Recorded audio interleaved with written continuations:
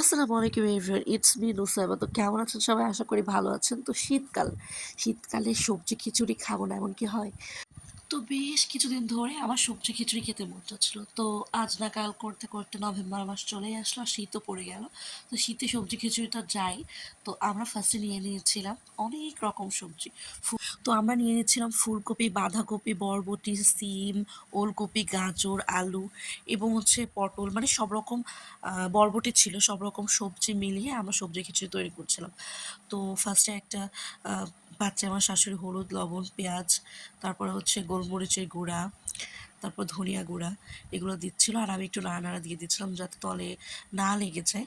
এখানে গুঁড়া জিরা এবং গরম মশলা যে ফাঁকিটা সেই ফাঁকি দেওয়া হচ্ছে এখানে। তারপরে গাজর আর আলুটা একটু ধুয়ে নিল, নেওয়ার পরে দিয়ে দিল ফার্স্টেই।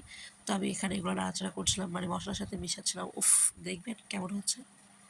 তারপরে এখানে আমার শাশুড়ি সবগুলো মানে সবজি ঢেলে দিল, দিয়ে মশলাগুলো এদের গায়ে মাখিয়ে নিল। তারপর এখানে আবার মসুরির ডালটা ইউজ করেছে, চাইলে আপনারা অন্য ডাল ইউজ করতে পারেন। এখানে ধুয়ে নিচ্ছিল, তারপরে এর ভিতরে দিয়ে দিল।